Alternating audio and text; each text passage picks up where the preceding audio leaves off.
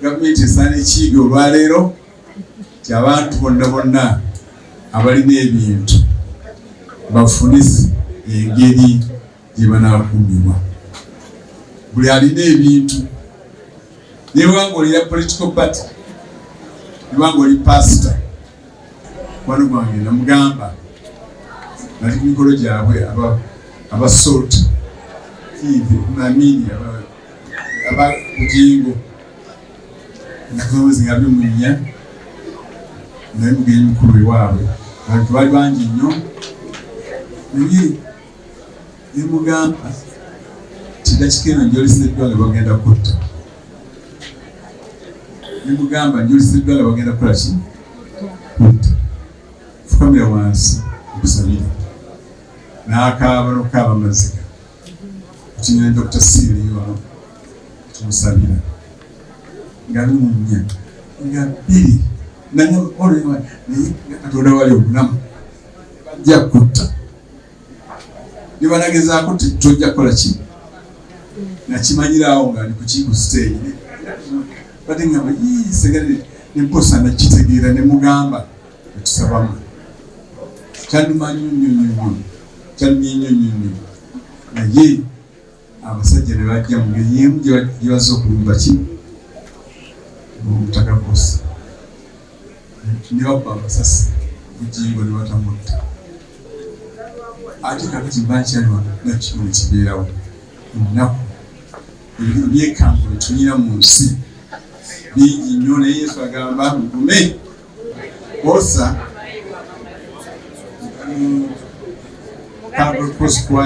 kwaya yange natandika okubeera mu ngalo zange mikono gyange mu 1979 ne famire ye okutuusa lwafudde. Kati ne Sunday webitwale naye mu kanisa ne famire ye lwayogedde nti emmotoka omuserikale wange akuuma neŋŋamba throughout the service yali yeesigamyeko okugikuuma. Ekintu ng'ekyo badde akiŋŋamba ekintu ekyo. Kakati ate nze mu musaayi gwennyini obutali bwa kuyiyiriza Dr. Bbosa namupadde lwakkobe luuyi olw'obukojja ndi taata we era katalina kinayinza kukola nga tambulidde yali agenda kuyingira okulebera ekika ne mu mentoring ne mugamba nti agenda akiyingire akiweereze aweereze Buganda aweereze Uganda kyokka amanyi nti kabaka waffe bigamba ali wansi wa kabaka omulala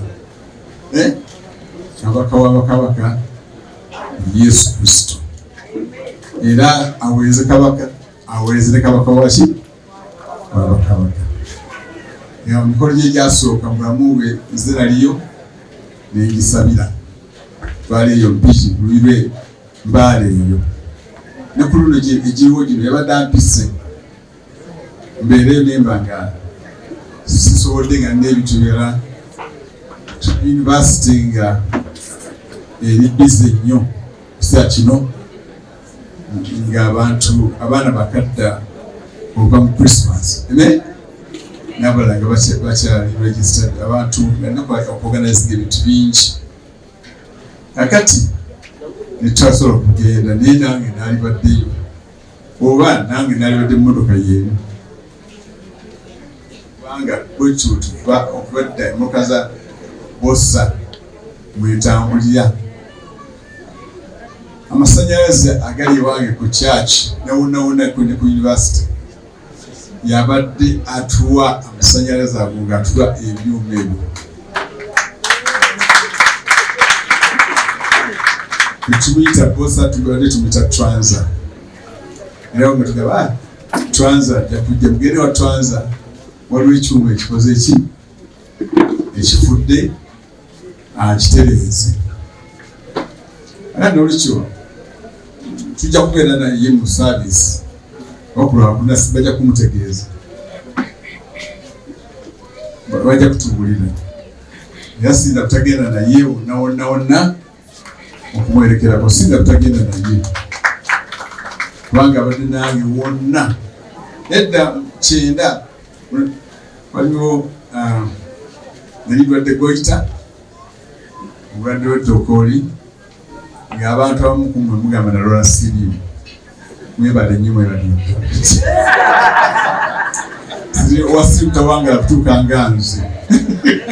Kakati nina emyaka 71, kakati luli nali emyaka 30. Kati mwebale nnyo, mwebale ddala abasawo ab'ebigambo bya social media. Abasawo aba social media mwebale nnyo. Bo boogeddeko emitima gye balina mu nsi mizibu nnyo. Naye yajja emisinde kata agwe mu luggya lwange kubanga CBS Radio Uganda nange nagiwulira ng'eranga nti tufiiddwako omuwuliza waffe omwagalwa Pastor Kayiwa. Nange mpulira ku ssaawa nnya ez'emisana n'engiwulira CBS. Naye okubanga mu CBS mulimu bakwano bange ne Medinse kwe yalokose yali mu kwaya ya Kalokos kwaya edda nga bayimba bonna ne Bbosa. Bbosa naye yayimbanga mu Calvary. Okiwulira nembakwata bulungi. Nagenda okugenda mu banka ne banyima ssente zange baga nti Kayiwa yafudde. Nemala okuprovinga nti saafudde. Ndyoka mbawa cheeke n'okola ki nebampa ssente ezo. Ejja emitima gya bannayuganda Canon, ejja emitima gya bannayuganda. Nasanyuse nnyo okulaba nti ennaku zonna ezasembyeyo, ennaku yabadde etuli bubi nnyo. Naawe wansi olwaleero ndabinga Asiimye ndowooza Musa omulala wegamba emitima gya bannayuganda yeewuunyisa nnyo. Naye nasanyusa okulaba nti Bbosa yafudde abuulira njiri. Era olunaku lwe twasalawo ate tumusiibule tujja kulaga videos obwomu bigamba naye asobole okubuulira ku lunaku lwe olw'okusiibula ensi. Bigamba yabuulidde okutuuka ku end.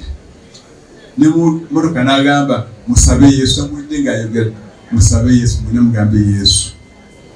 Bagamba Yesu okutusabira afudde. Olowooza yagenze mugenda n'okyesanyu ebisaanibyo lingi gye tuli mu ngeri endala kubanga twali muntu n'omu aliwangaala emyaka gyonna n'emirembe mu kikaika yali asaba ebinze shopping, yasaba ebingako omulembe gwonna Yesu gwe yalimu mwasaba ebingako omuntu omu ye Yesu Kristo. Abala bonna n'abamutta bonna baafa. Bonna baafa Piraato bandi bonna abamuduulira bamwondera bonna bafa. Naye yekka Yesu waffe ye mulamu mu bantu bonna.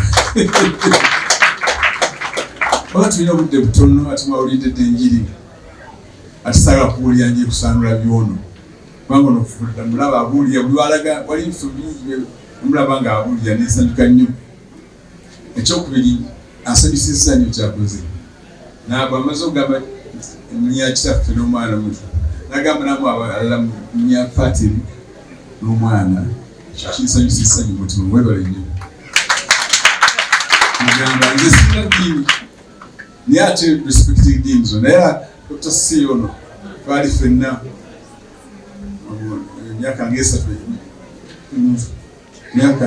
myaka tutawuze myaka 4 mu ftumbo wesewe katulanya 4 mwebiri ekitundu twali mu cathedral gitwajaguliza emyaka 10 kubanga nze buli awali Yesu nze wentambulira saga mutienda kumwabashira mutwakiza Yesu mbeera naye oba mulungi oba tanatuukira bulungi wetambula naye.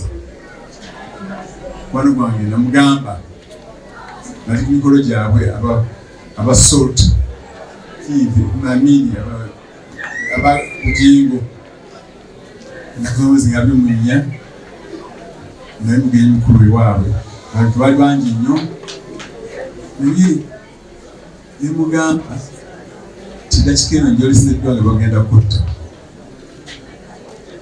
nemugamba njolisiddwa nga bagenda kukola ki kutta fukamira wansi okusabira n'akaaba n'okukaaba amaziga kukinyira Dr. Siriwa tumusabira nga bimunya nga biri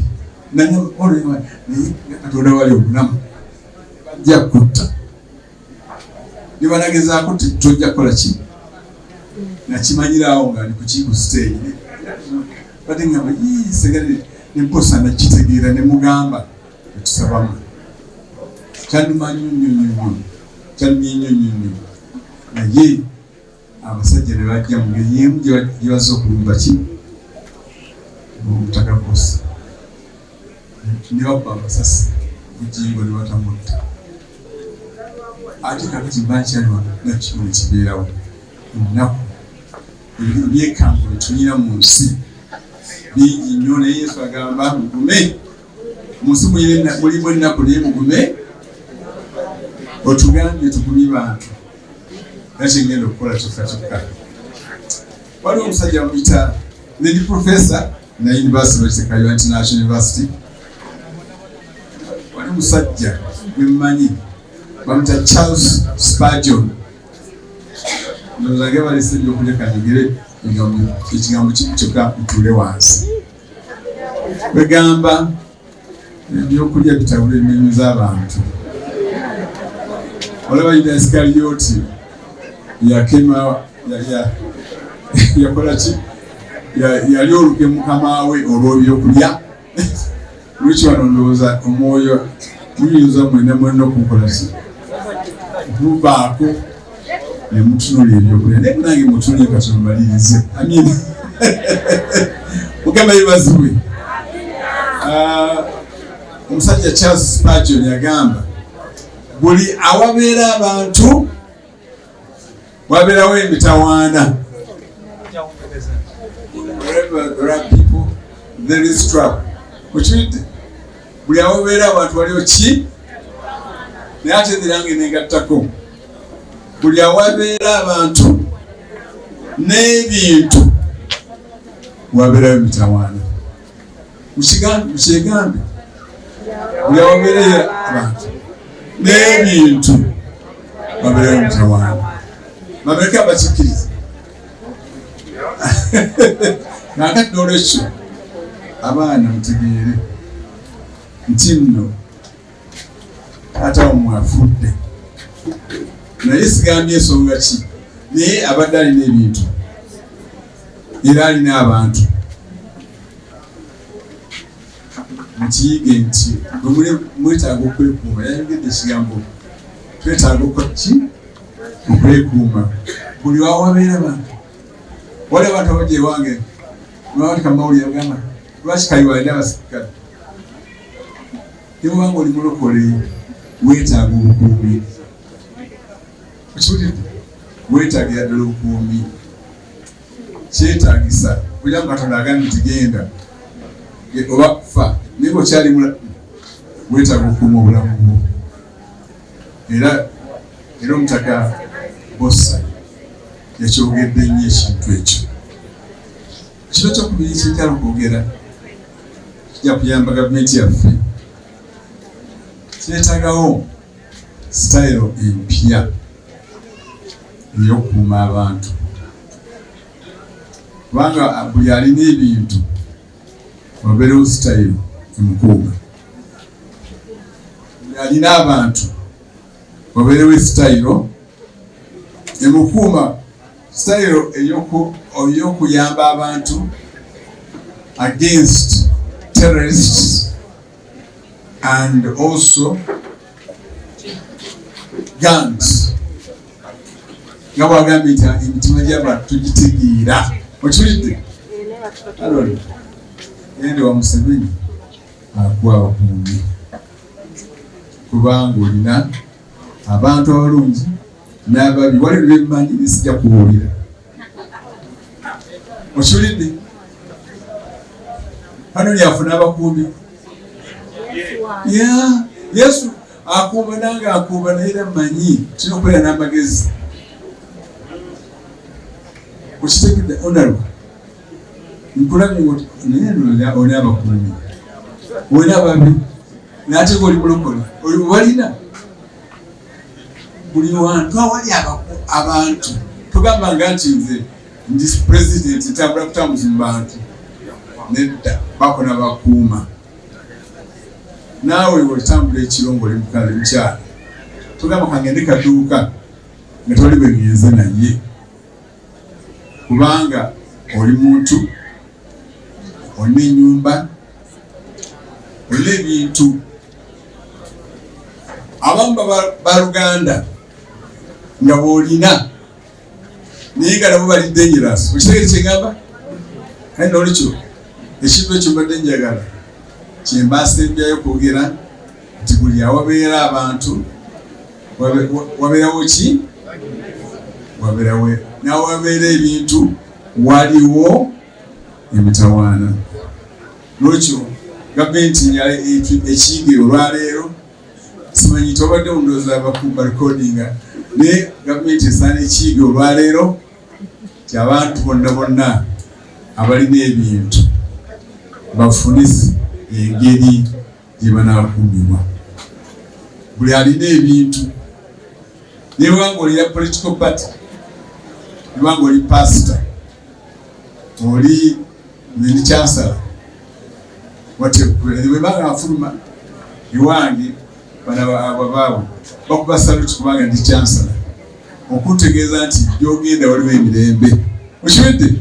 Morris Cakes and Events Limited bakola cakes eza birthday okwanjula baby shower bridal shower mu buli design yonna gy'oyagala traditional cakes n'ebika ebirala kosa n'okutegeka emikolo ne girabika bulungi. Basangibwa wa Kaliga okumpi n'akatale k'aba veteran ku namba z'essimu z'olaba wansi awo ku call ne WhatsApp kola order keke kutuukako yonna gy'owangaalira. Byonna oyagala bibajje bitanda dining oyagala ntebe nnungi za class ziriko oyagala wardrobes ez'omulembe oba oyagala duvet bed covers ez'omulembe oyagala kibitanda bine bitagwamu bitagombe bitalumya mugongo byonna Farukwa Nsanzi basangwa kibuye ku Ntebe Road bali opposite ne Petroske okumpi ne Keti Motors genda obakubire kusima namba z'essimu ziri wansi awo yogerako nabo jango lambule jango gule. Amanya nze Nsuuga Mustafa nkola ne Alihira Holdings Uganda Limited tuli bakozi ba biodigester wamu n'okuzimba okwenjawulo so olwaleero tuli waneeno nga tuli nkola biodigester